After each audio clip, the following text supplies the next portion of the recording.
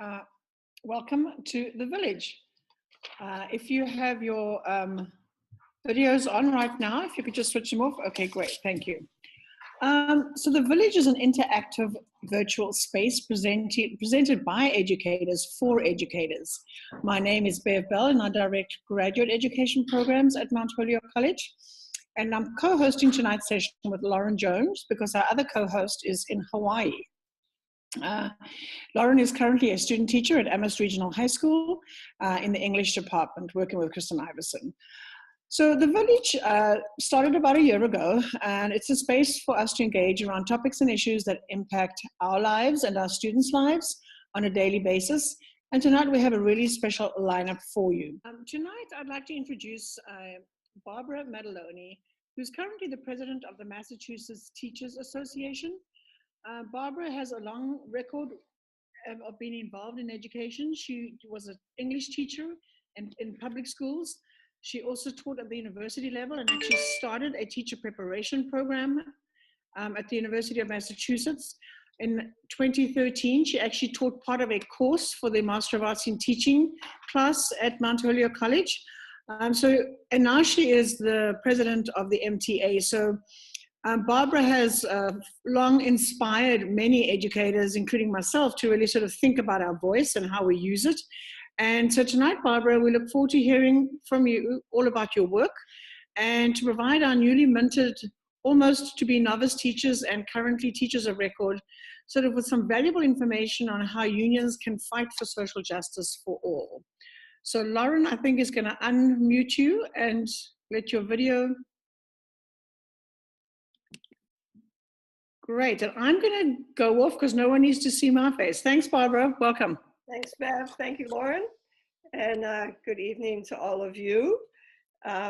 Delighted to be here. And it's a pretty exciting time to be having a conversation about union organizing for social justice. Because just as sort of a frame for this moment in history, we're seeing educators across the country, from West Virginia to Kentucky, Oklahoma, Arizona, Colorado, really rising up and asserting their voices, not only relative to their compensation and their benefits, but really to much broader social justice issues, including fully funding our public schools and making connections with other public sector unions around the well-being of their communities. So I think that's an exciting and important frame for what I'm going to talk about right now.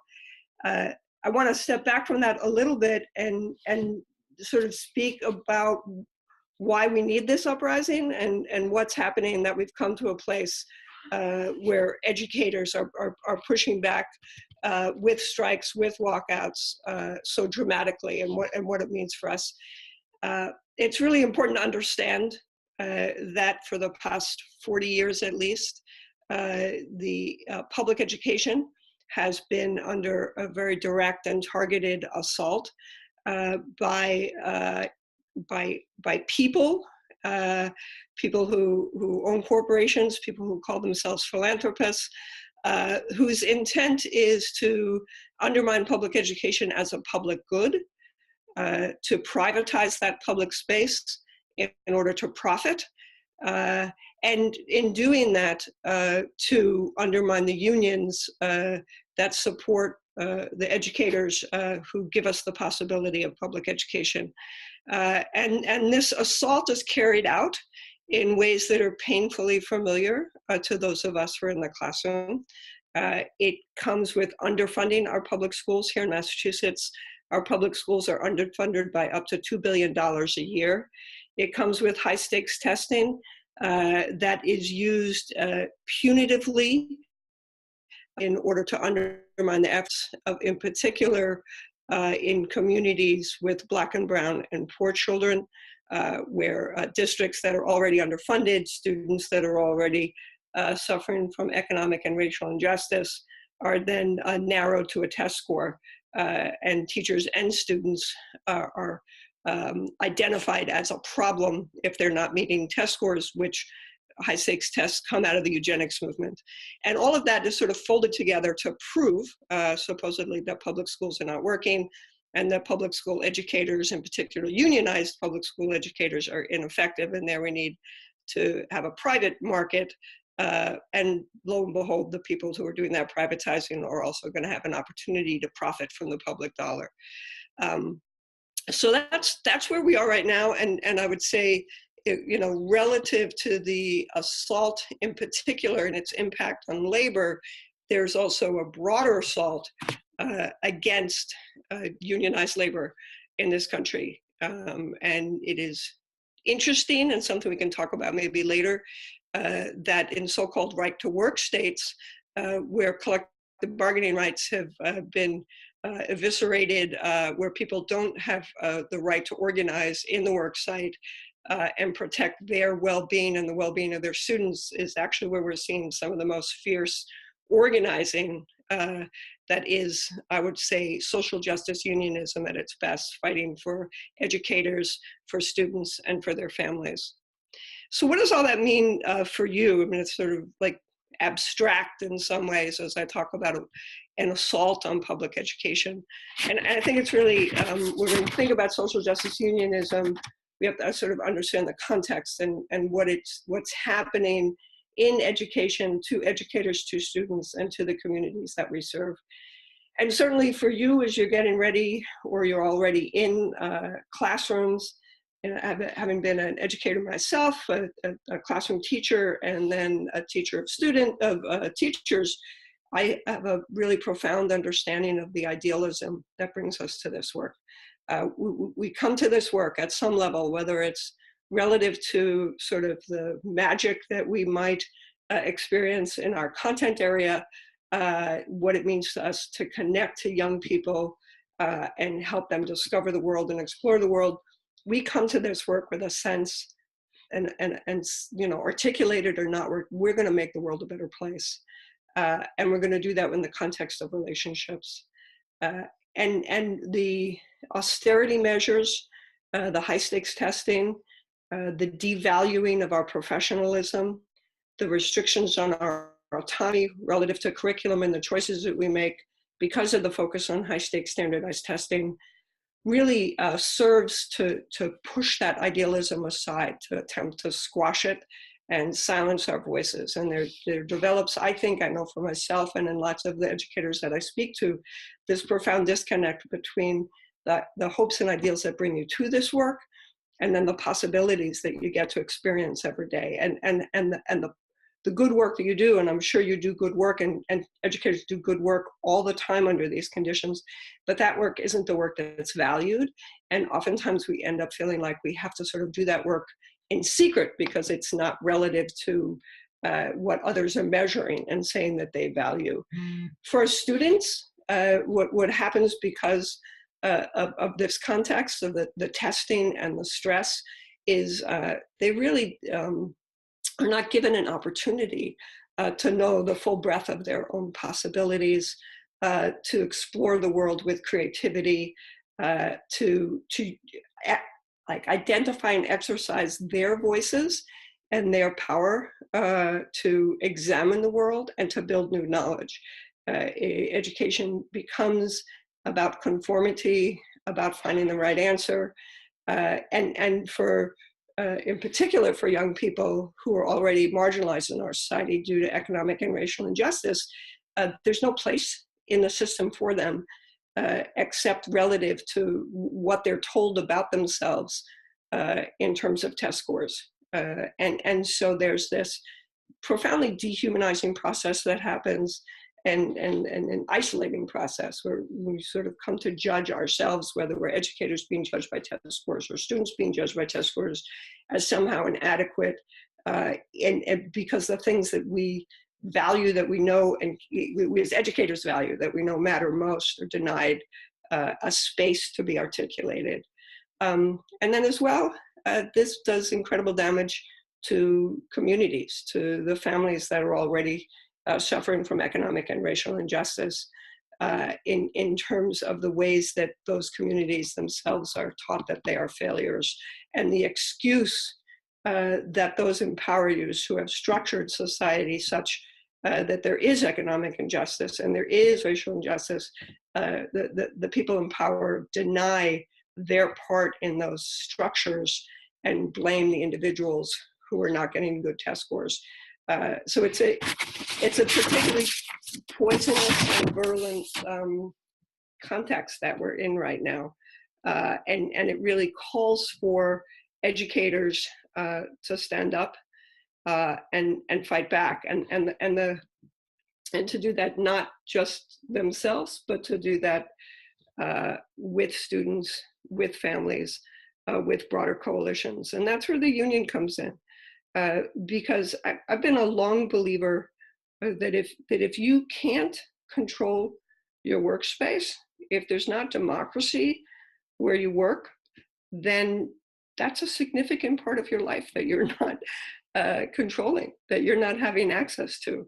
It's the most important space, and it is the space where we can organize in collective action to begin to remake our world. And for public educators, public school educators in particular, making that space our space so that we can live to the ideals that brought us to this work is critical, not only for our students and not only for their families and ourselves, but really for democracy. If schools are where we grow the possibilities of what the future is going to look like, and to the degree that those spaces are controlled and constrained, it's dangerous for our entire world. And unions are the way that we organize collectively to create the world that we want. You know, the assault that I described earlier is really sort of predicated on having each of us, one, isolated from the other, in competition with each other. We're in competition with each other as educators at the work site. Districts are in competition with each other. Everything's about rankings. Students are in competition with each other.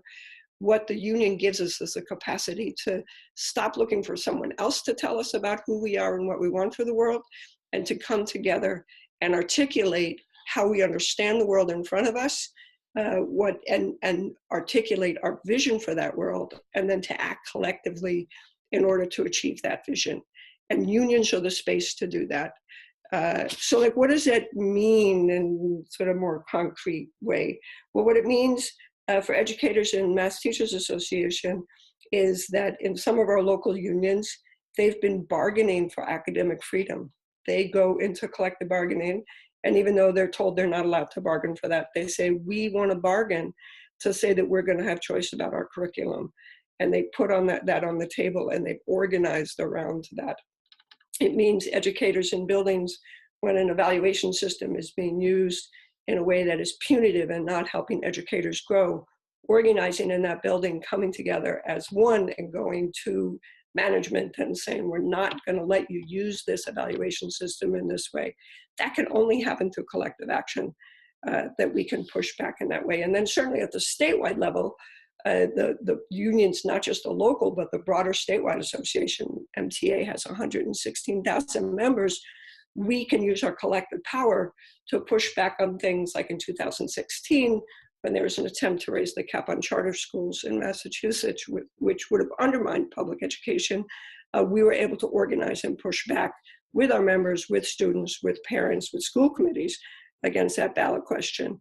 But more than that, or not, maybe not more than that, with that, the union is the place where we can, like, not only grow the possibility for creating a better world in our classroom, which means we're valuing our professional autonomy and on our dignity in our work, to do our work with our knowledge and expertise.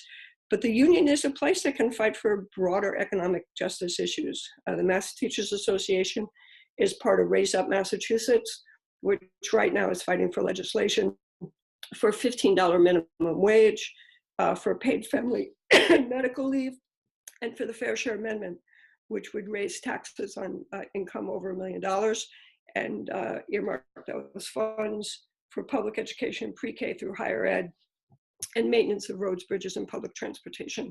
So from the local level, from your experience in the classroom and your fight to live the ideals that brought you to this work, to the statewide level, to fight for economic and racial justice, the union is the place to do that work. I'm running out of time, which is good because I'm also losing my voice. But I think the thing that's really important to think about this for you as you enter the classroom is a collective action, like an isolation of your classroom, and teaching is such isolating work, and the isolation of late stage capitalism or neoliberalism, where we're all competing with each other. We have to actually go completely against that and come together to look each other in the eye, to understand the power that we have together and the stories that we want to tell and live together. And when we do that, and I'm going to bring you back to the West Virginia teachers, the joy and the sense of purpose and meaning and possibility and meaningful hope is profound.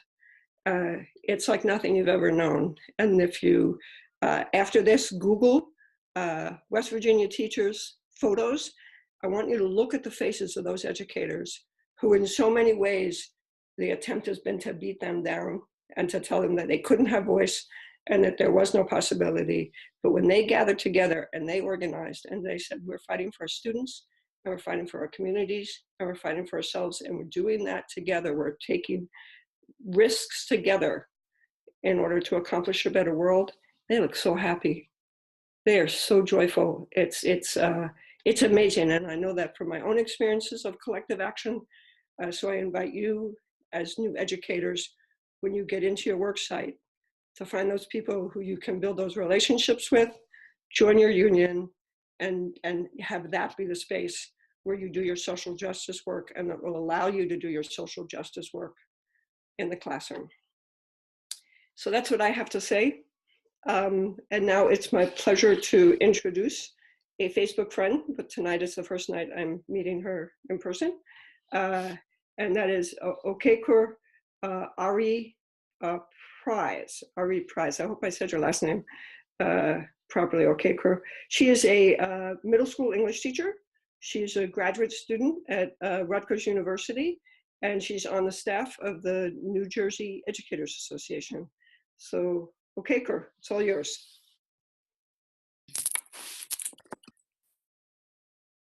Hi, everyone. Can y'all see me? I don't know. I'll start my video. All right. So yeah, just to clarify it, the pronunciation of my name is Okekor. Okekor Ai Price. The R is silent in the last name. I'm no longer in the classroom right now. I'm just finishing up my education doctorate at Rutgers, the Graduate School of Education and Design of Learning Environments. And just to give you some information about myself in terms of how I came into social justice union organizing. Most of my work has been rooted in community organizing. So I come from a family, on my father's side, my dad was, my dad's from Ghana, my mom's African-American. We grew up in Newark. I lived in Newark, New Jersey for a good portion of my, the first 9 years of my life. And, but I grew up hearing stories of my grandmother's siblings who were also educators in Newark, and they approach education as teachers from an organizing perspective. So they were teachers as well as organizers. So my only construct at the time was a teacher is also an organizer. They work in the community, they're building with the community, they're trying to fix and work with towards perfecting and creating a better community for themselves and the people that live there. So that was my construct going in. And so at the age of 5, I knew I wanted to be a teacher, but my construct of a teacher was someone who was also working deeply and intimately with the community. And so when I went into teaching, that's actually how I approached my work. So it was when the parents were fighting for certain things and issues, I was fighting there alongside with them. And which is also how I kind of got connected with the Journey for Justice Alliance, which is a parent-led organization that has been doing some amazing organizing work around school privatization. So here in Newark, I'm working with Pulse, which is Parents Unified for Local School Education, and they are connected to the Journey for Justice Alliance. And so for me, it was, how do I was witnessing and experiencing so many things happening in the classroom as a teacher. I was witnessing, when my school became a turnaround school, I was witnessing, teachers being pushed out of the classroom, particularly Black teachers, right? From one school year being maybe one of 5 Black teachers in the language arts department, and then beginning the very next school year being the only Black teacher in the language arts department. That was like, wow, this is really, really, a continuation of what we've been witnessing and experiencing in public education. And what was previously spoken about is that we're constantly seeing this, attack on public ed, but I think there's always been an attack on public ed in communities of color, possibly since we've always wanted to learn and read, right? So there's always been an attack on our schools. There's always been an attack on, us trying to pursue education. It's not something that's suddenly coming about. It's something that we've had to face and endure from the moment that we were legally allowed, even before that, illegally allowed to attend schools, from the indigenous folks who were sent to boarding, Indian schools to be, deculturalized, right? So there's always been an attack on communities of color. This is not something that's new for us, but it's something that suddenly has reached and is spreading to other communities. And so now we're seeing, and people are more attentive and more aware, and it's getting out a little bit more. But for the most part, this is something that we've constantly experienced, this kind of violence of our schools being closed, or being pushed out of a community, our schools being defunded or not funded, properly funded, our classrooms being overcrowded, the lack of resources, that's something that's not the standardized tests, and how standardized tests were from the very beginning used to segregate and ostracize and label and deny us access to resource, access to opportunity. So that was from the very beginning. Right. Now that it's kind of seeped into communities that aren't used to having these issues, it's suddenly become an issue, right? So I just want to name that and even naming the idea of the struggle that I even have with the word democracy. I was reading an indigenous scholar who talks about how, democracy is often the term democracy, even it's used is hard for them to internalize, because their people have been constantly under attack in the name of democracy, right? But the ideals of democracy we still want to hold to. We want to hold to this idea that everyone is, entitled to equitable access of resources, that everyone's entitled to their humanity, the dignity of their humanity. And then how unions actually are instrumental in pushing that, right?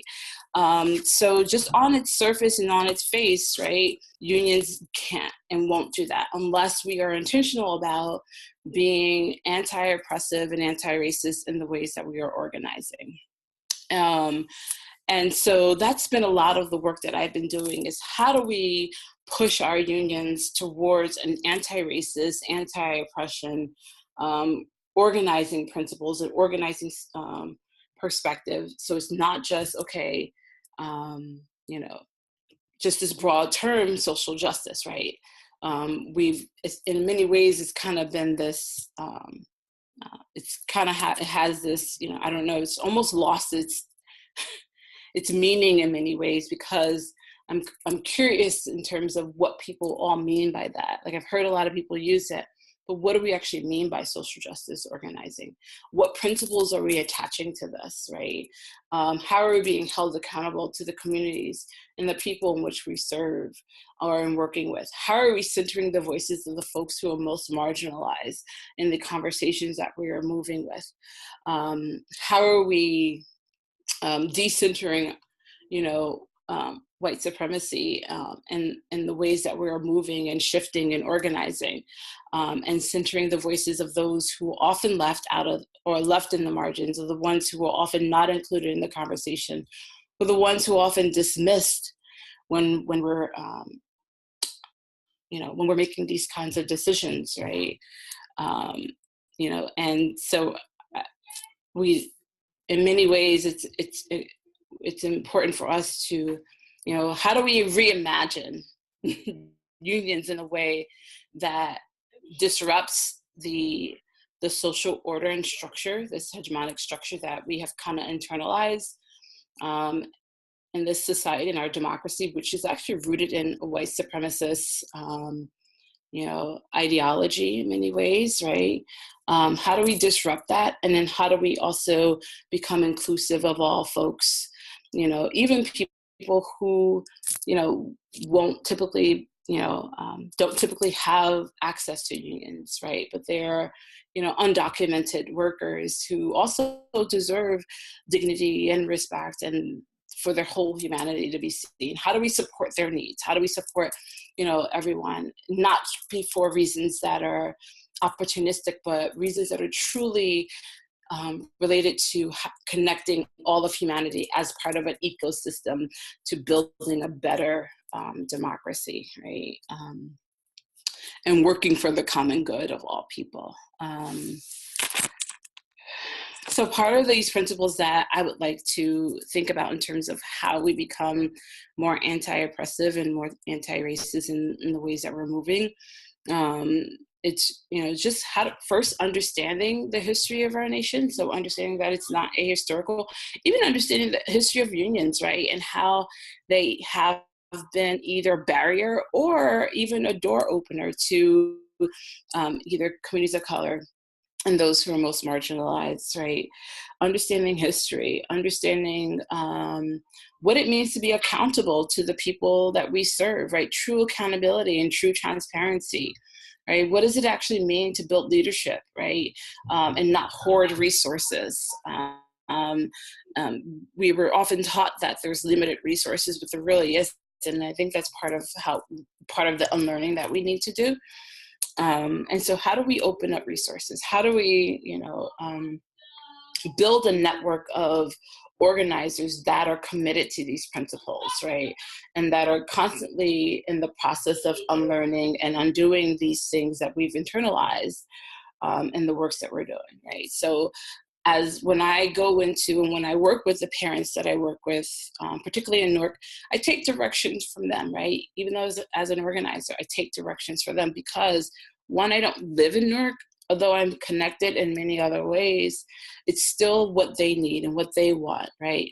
They may ask my opinion and I may give it, and if they don't take it, I'm not gonna be upset about it, but it really is supporting their needs and going and moving from the ground up, right? It's taking a whole new, it's a whole new paradigm shift from how we are typically used to, moving, right, forward. Right? Even in the classroom, right? Very rarely do we even ask for students' input, right? We don't take the most marginalized. There are some great teachers that do that work, but when it really comes down to, that was my timing myself, but when it really comes down to the work that, we're doing in the organizing and the union organizing, it's really just building with those who are most marginalized, not for opportunistic reasons, but really because it's truly about building a better democracy, a democracy that's committed to equity, true justice, and understanding the errors that we have, the nation has, put forth, and what we can do to be held accountable, and moving forward to undo those things that have prevented us from really becoming a better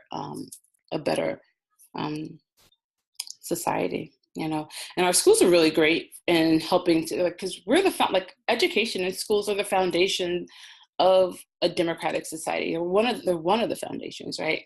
And so part of what we need to do is model that for our schools as a union, right? Model that for our schools, model that for our communities, and the world in which that we're trying to push, right? And so, we need to be able to grapple with all the nuances, all the complexities of what it means to be a union here in the United States, right? What it means to have done wrong and fix that and be held accountable, and then what we can do to actually confronting that, and then what we can do to actually become better. So that was wrapping up.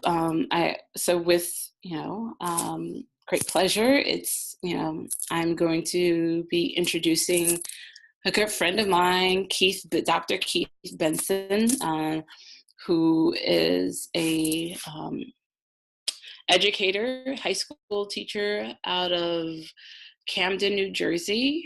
He's also the president of the Camden Education Association.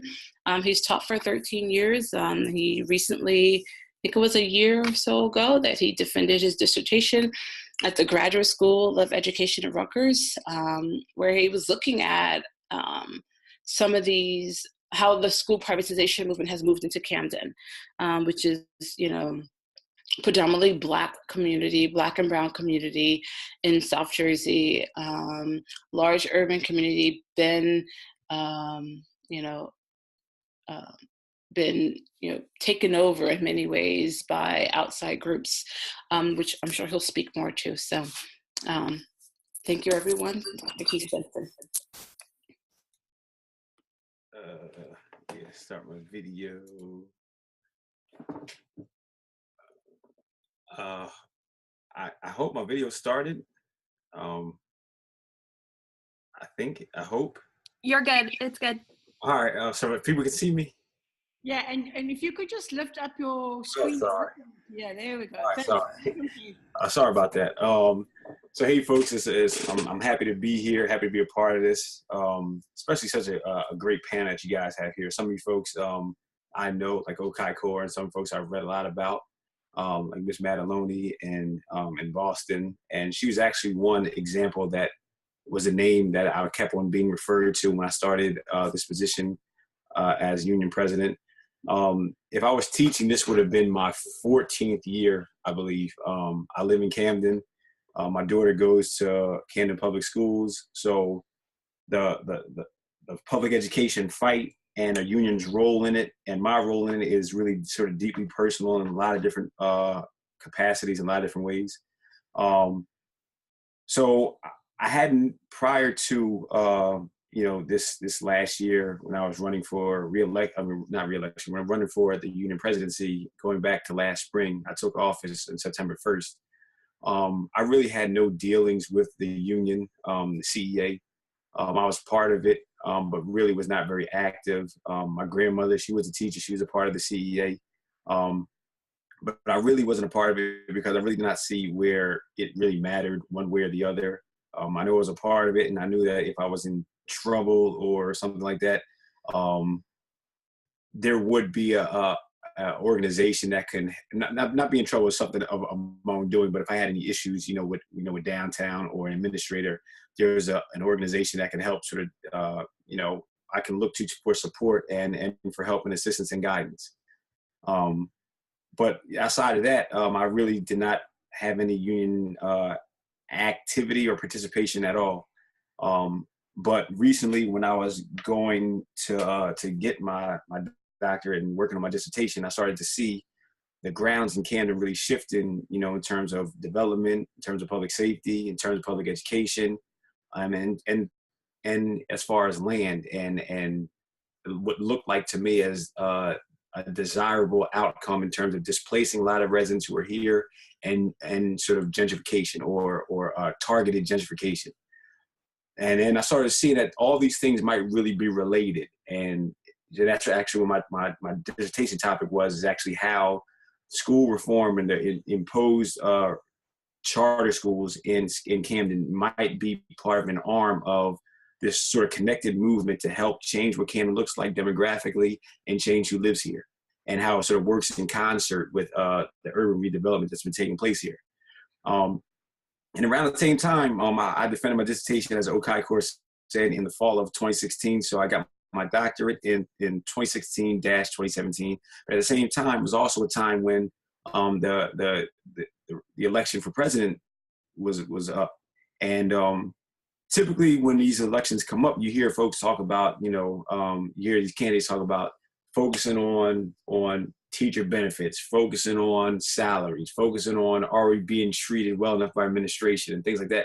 And they all might be really valid arguments, not valuable, but valid arguments and things that, certainly warrant discussion.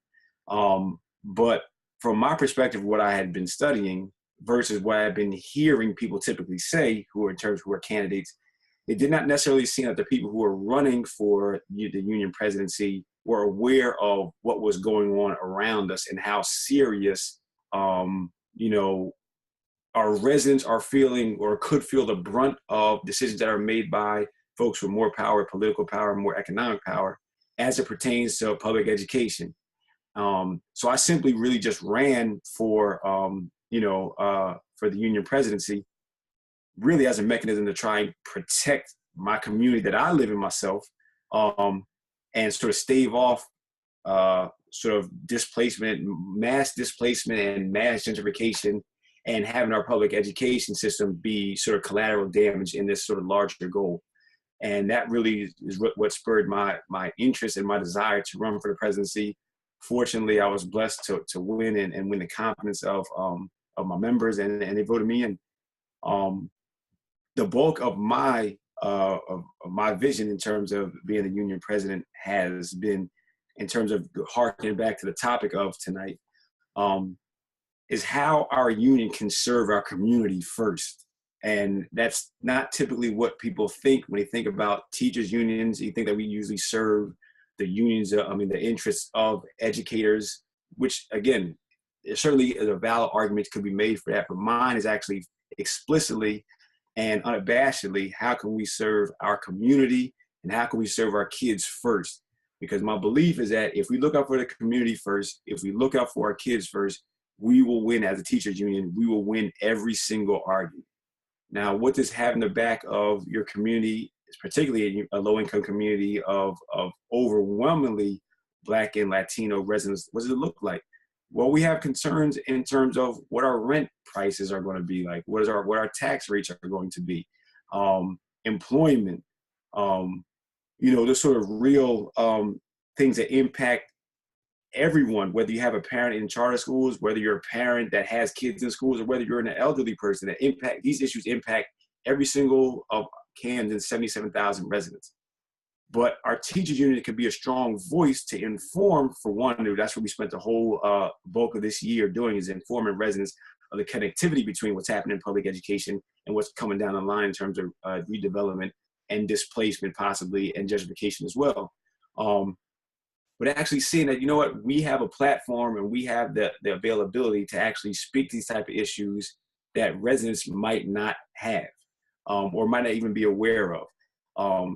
So our message, and sometimes that has been a critique that I've heard some members say, is like, I'm not speaking enough about individual teachers or school site issues. But there's a sort of a method to the madness, because in my view, if we can show the community that we're partners in their struggle, when we need the community, that day will come. When we need the community, we won't be viewed as strangers as the way we've been viewed, in the past, or what you typically hear critique about teachers unions. Some of the issues I'm familiar with about the issues the teachers in West Virginia are bringing up, some of the teachers in Arizona are bringing up, they are valid. The teachers are not being paid enough. They're not being paid really an adequate wage at all. Some might have to take second and third jobs simply just to make it. But understanding my city and where I live at, the teachers here, where the median salary might be around $65,000, residents here would die to have that type of income. So us as a CEA or as an institution talking about teachers need to be paid better, or referencing that we need better health benefits, or the issue of Chapter 78, where teachers have to contribute more to the health benefits, in a city where most people are insured through Medicaid, or most people who are working at hourly wage and don't get health benefits at all, that argument would not really fall on deaf ears. But the community can't really get behind that, because some of the things that we're talking about that we want better for us, our residents don't simply have at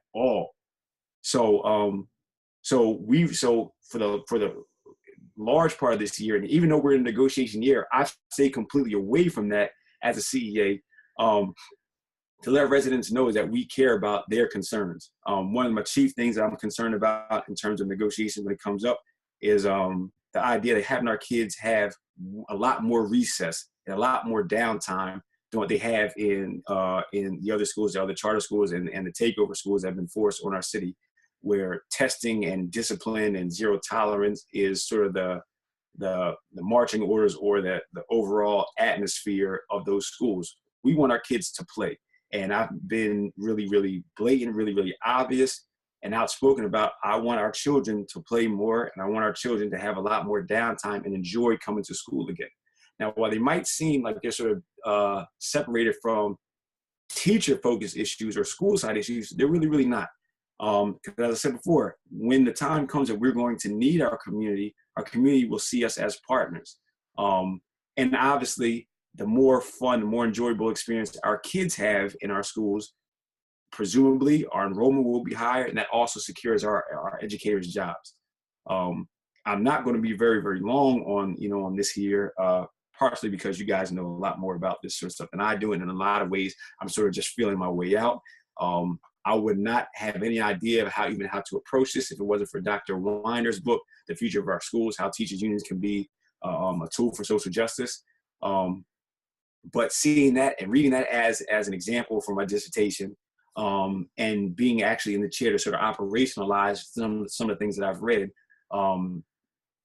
understanding that the community cannot be apart from our educators or from our schools, that they actually have to be, inclusive and, to the point where we're so intertwined, you can't tell where one ends and the other one begins. That's essential for even the future and the maintaining of our city educators' careers. Again, I can't, like I said, as a resident, these things are really deeply personal to me because I would be impacted by all the negative things I see that we as a CEA are railing against. I'm trying to make sure I said everything that all of my notes. Yeah, we also have to be really aware of what our community needs, because we have sort of a lot more, we like to say a lot more. We have more political pools than what our residents may. And like I said, we have more of a platform to voice the concerns of the community. Recently, we have, unfortunately, one of our 5-year-olds in the district passed away. Sometimes violence can be an issue. And all these things that really seem like they're just community issues or family issues inside Camden, they all bleed into our schools anyway. So the more and more we're out on the forefront of these type of issues with the community, the more we're a part of the community, and the more we have a sort of cohesive relationship that is sort of cyclical in its benefit. So that's all that I have for tonight. I don't know if I'm supposed to be introducing anyone, but that's it. Thank you. All right, Keith, thanks so much. I just want to thank our panelists. I think there were a lot of common themes and threads that were woven through your conversations this evening. And Keith mentioned Dr. Lois Weiner. Unfortunately, she wasn't able to join us this evening because she actually is helping another red state, working with them for another protest and a walkout. But you're right, she has a couple of excellent books that we could use as resources. And tomorrow, Lauren and I will make sure to add them to the PowerPoint and send that along to you. So I'd like to invite the panelists, Okaiko, Barbara, and Keith, to keep their videos on now and keep their microphones on. And I'll hand over to Lauren, who is, as you know, one of our graduate students, and she will start facilitating the chat session, and I will just disappear. Okay, so our first question is from Sarah Lopez. So Sarah, can you turn on your video and mic, and you can ask the panelists your question? Hey, Sarah. Hi. So my questions are more geared toward Barbara, since they're kind of Massachusetts related. So my first question is, I have a student whose parent wants to opt him out of the MCAS testing that's coming up. But from what I've heard, his mom has been told, he still has to take the practice test and he still will need to take the test. So I just wanted to know, how can I still kind of support families that want to opt out of testing without kind of upsetting my administration? Well, I don't know if you can do it without upsetting your administration. I think more in terms of doing it in a way that protects you, since you're still in a vulnerable place. The easiest thing you can do is send people to places where they can get more accurate information than administrators are giving them. Administrators across the state are giving parents and students entirely inaccurate information, misinformation. So if you send people to actually our website, massteacher.org, they can go to the testing link, and we explain their rights as a parent to opt their child out, and the student's right to opt out. Also, Citizens for Public Schools, it has a website that includes letters for opting out and includes places that you can go to for support around that. Where are you teaching? I'm actually at Bay State Charter in Springfield. Mm-hmm. That's interesting that the charters are doing the same thing that the public schools are doing in terms of really being completely dishonest about the opt-out. And I will say, just as we're on that question, it is one of the things I'm disappointed in for myself as MTA president is that we haven't been able to grow the opt-out movement in Massachusetts as much as it has grown in other places like New York, where they're still getting upwards of 50% of parents opting out. But we also have, and just sort of be thinking about this, we have a group that meets monthly through the MTA that's parents and educators and students to sort of work on how to fight back against high stakes testing. So they can also find out more about that through Citizens for Public Schools. Thank you. Thank you, Sarah. So I have a question from Shifra, and her question is, how can teachers and their unions make their voices heard in states where striking is illegal? So, so there are multiple ways that, and I can't, because I don't know what state, of course, but, and part of, I think, what a quote that's, that stands out for me right now is, Martin Luther King, where he talks about it's our moral obligation to disobey unjust laws, right? But how do we do that in creative ways, right? So I think that people are being extremely creative in how they are pushing back and making their voices heard, through solidarity rallies. That's not striking, which means you're not being, taking off the day, but it is through rallies. But then the question will become, at some point, I was having a conversation about what's going on right now in Nicaragua. I don't know if anyone's paying attention to what's happening in Nicaragua right now, and I was asking a friend of mine, I said, we're not that far from that. Like, I don't know when we're going to get to that point, but we're not that far from that. I think for, we just have to use our multiple, talents and the things that we have available to us, that could be even, doing teach-ins and recording those teach-ins and calling media to that, right? Your selective media, you putting out and writing your own pieces, you finding space for your voice to be, you creating a platform for your voice to be heard. But I will say at some point, with what's happening with teachers all over the nation, and it's not just teachers, because this is an attack on the working class, right? So this is an attack on working people. At some point, there will be a need for us to say, at what point do we need to say that we need to disobey unjust laws, right? Disobey things that are going to,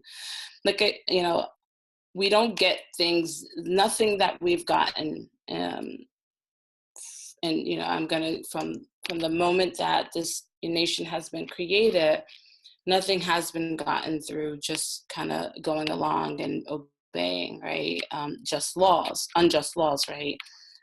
If we hadn't been for people, escaping in slavery, the slavery wouldn't have been ended. If it hadn't been for people who were doing staging sit-ins, right, to protest segregation, or and push for school desegregation, we wouldn't be. We're still at a place where it's huge disparities in how schools are deeply segregated and not resourced, but we wouldn't have made a lot of the progress that we've made just by obeying. And so I think part of that is, how do we come up with, working with people and organizing with people, building relationships and coming up with creative ways to reimagine possibilities, is some of the work that we're going to need to do. I don't have a direct answer, because I think part of that has to be homegrown, and it's going to be different and unique depending on where you are, and depending on who you're organizing with. So, Keith, I don't know if you have a. No. The one thing I just would say is that in terms of making the idea that striking is illegal in certain states, I've heard the same thing about New Jersey, that striking is illegal, but that's not necessarily true. You have the ability to stage a strike, but just when you're ordered back, you have to go back, and otherwise you can deal with all these sort of legal issues. But even if you get the opportunity to strike for one day, I think Jersey City did it this year, and they got what they were looking for. So I think really be careful actually in assuming that what it means when it says that strikes are illegal, because you still might be able to initiate a strike or some sort of work action like that, without actually running afoul of the law. So the more clarity we have actually what it means, the more I think unions will be able to take action, even in areas where it's believed that it's illegal. Yeah, I just want to jump on that as well. Agree with all of what you both have said. And Okaikor, like you're talking about, there are lots of other spaces we can create. And I think, to go back to what both of you talked about really clearly, is that to the degree that we do that in coalition with the community, then it's a different kind of a risk when we have to go against the law in order to get our demands met. And I do believe that ultimately the only way, whether it's testing opt-outs or school funding, or racial justice in our schools, it's going to take withholding our labor in order to get what we want. And just to build on that, that's where the organizing comes from. So it's not just organizing within the union. We should really be organizing and developing deep relationships with the people in the community, right? Especially if you're not from the community. So if you're not from the community, then you have an obligation to develop those deep relationships. If you're from the community, you've already got that, right? You've already built those relationships, but there should be deep organizing work happening that's, building up to whenever, right, you will need to have to do something as big and extreme as striking. But we cannot negate the importance of deep relationship building and organizing. I think that's the key to a lot of the work that we're going to be doing. It's so interesting that you say that. Massachusetts has changed its evaluations, or its system for student teachers or teacher candidates, showing that they're it's called the Candidate Assessment of Performance. It's for them to be licensed at the end of their student teaching semester. And it's supposed to now be aligned with the professional standards for teachers, but the one section of the PSTs that it leaves out is the community and family engagement. So from the onset, as we prepare our teachers, the one thing that you not have to, I think there's 3 standards you have to practice, demonstrate, and show proficiency in doing, is the connection with the community. Because I think that's probably where they realize that there's connection with maybe faculty and other people that are actually wanting them to get involved. And if that had to be a standard that they had to show as well, we might actually get that deep involvement right from the onset, right? But this is their way of sort of stopping it before it can even start. So that's interesting. Do you have any comments to each other that you'd like to end off with? It's been fascinating, and I think I've just been jotting down some really, really basic, simple, easy things to do, because, you know, the stock question always is, I'm a novice teacher, I'm going into my first job, what can I do when I don't have tenure? But Barbara, you sort of responded. Actually, all of you did. Get involved. The best way to get involved is to build relationships with other allies in the schools. And both Keith and Okaika said, you know, get involved with the community. So I think you've given our students some really concrete ideas to just make sure that as they enter this profession, that they can start in the right place. As you said, Barbara, Sarah's still in a vulnerable position, but there are other things that they can do. They don't have to wait for tenure, etc. So I thought we could end off with, if you had anything you'd like to say to each other, or any just last minute statements. Keith? I'm just a really strong proponent of living where you serve, because I find that like the level of investment is a lot more personal, and you're a lot more impacted by the positives and the negatives that take place. And if there are negative things that are taking place, you're a lot more apt to defend against it, because it doesn't just impact you professionally, but it impacts you as a resident and as a community member. And it bridges those gaps a lot more seamlessly, you know, with a lot less effort than what it is if you're coming from someplace else. You know, you have to make a trip and all sorts of stuff. But especially, particularly if you live in an urban area, live in your community where you work at. It takes care of a lot of those sort of issues and concerns, you know, over time, authentically. Okaika? So yeah, I would, you know, I continue to go back to my the stories I was always told growing up, from the teachers and the educators in my life, and who I had an example of what it meant to be an educator. And so for me, I have not been able to even see the disconnect between being an educator and an organizer, especially if it's the communities that raised you. So I didn't live in Jersey City, but I did feel, because I had that inclination, and I knew that this is what I was supposed to do as an educator, I became deeply invested in the community, right? And it's not just, and it was way before the Danielson model that had the checkoff box that said if you commit to engaging in the community. It was really because I had the sensibilities, right? And I think that's something that we need to talk about. Like, how do you love in a radical way? How do you love the human beings in which you serve? It's a really radical way of just being, right? How do we see the humanity of the people and not be seen as some savior-ish type of person, right? That you're coming in to save them, but you really are deeply invested in their humanity, because their humanity is also reliant on your full humanity too, or your full humanity, vice versa. So yeah, that's that. Barbara? I don't know that there's much more I could say than what Okaika just said. I mean, as I was thinking, it is like trust yourself and the